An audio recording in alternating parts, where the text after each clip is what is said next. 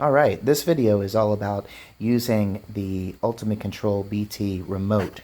Now, you should have already watched, if you haven't, please go back and do so, the video about the app, okay? That's going to teach you about the app.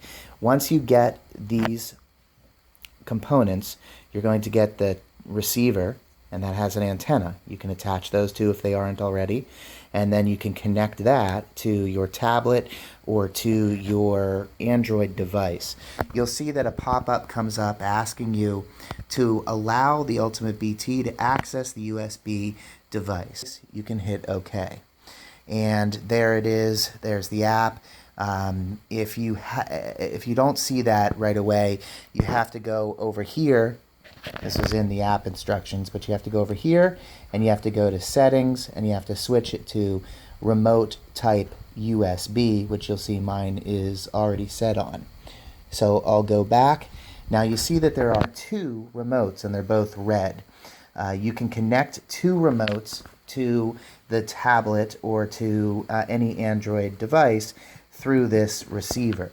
So the first thing we're going to do is turn on the remote. Now your remote is going to look one of two ways. There is a switch here in the end of this remote, and you can see that it is recessed, very recessed in there, so it doesn't get turned on or off accidentally. It's either going to look like that, or it is going to look like this, with a switch cover on it. I think more often than not, you're going to get the switch cover. If you do have that, it is hard to slide that button. We know we don't want it to accidentally get turned on or off. That was a major concern for this. And so you're going to want to just slide it and turn it on. And if you have it with the recessed one, then you're going to need a pen or something like that to turn on the remote.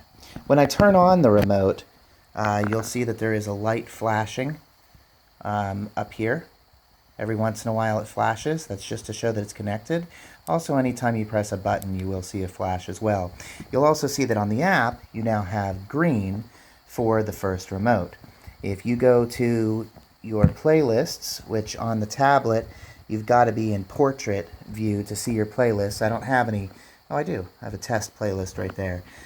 So if I go into my playlist, and then I hit the song number screen, you'll see it comes up green because there is a remote connected. Okay? Now, the button's on the remote. The remote is now connected. I mean, that's it. You're all set, ready to use the remote. So let me teach you the different components that the remote has. Okay, so you've got the remote connected.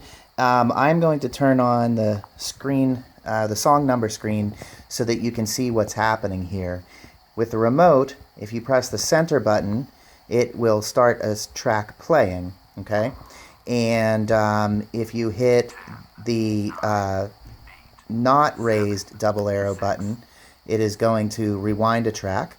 And the other, the raised double arrow button is going to go to the next track, okay? So you can go through the list one at a time this way if you need to. All right, the raised volume button is going to volume up, and the non-raised volume button is going to volume down. Okay, then you also have a button on the side, which is our fade out button. Now this is the same, you'll notice, as the Ultimate Control was, okay, and that's going to start a track playing, or it's going to fade out a track if you press it again. All right, so we're going to get to this switch in just a moment.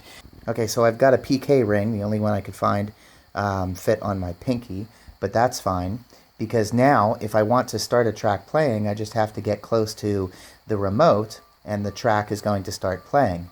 If I want to fade it out, I get close again and it's going to fade out the song.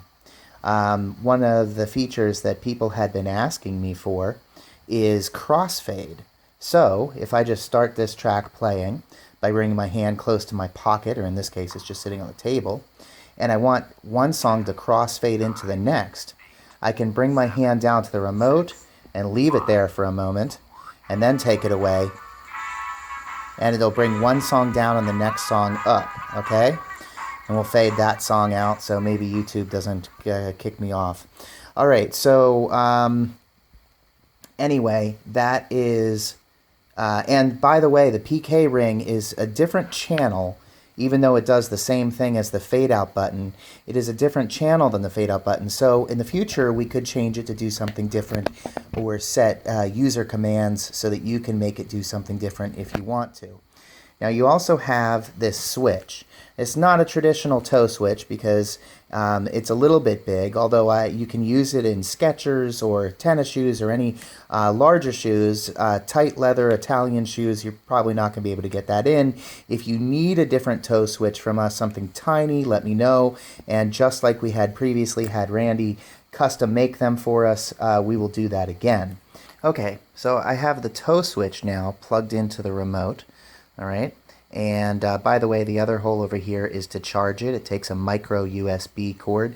Very common, very easy. Android devices use it, so you should have one already to charge your remote.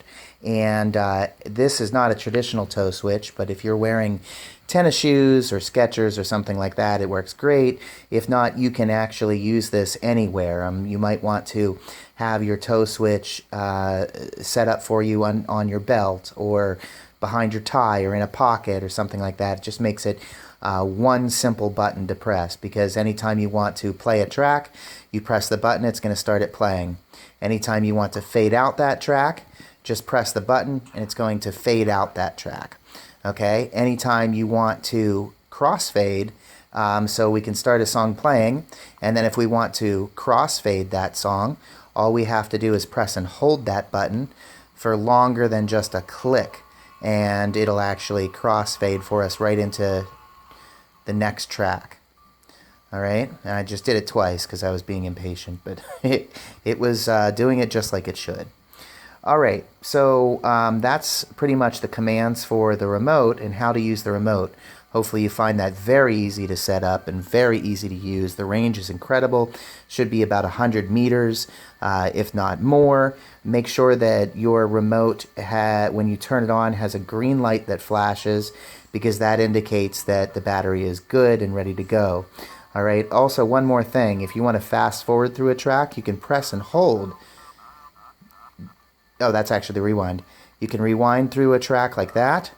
You can fast forward through a track with the other one, just like that. All right, every button has two different functions. The center button is going to pause, and it's going to play, and it's also going to be TOC. If you press and hold it, that's the track on command. I don't think I have a track on command set, so I show how to do this in the other video, but let's do the 10-second countdown and set it for the track on command. So now anytime I press and hold that center button, it's going to do that 10-second countdown. Okay. Coincidentally, if you press and hold it again, it'll actually stop the track on command, just in case you do have something longer in there. And there you go.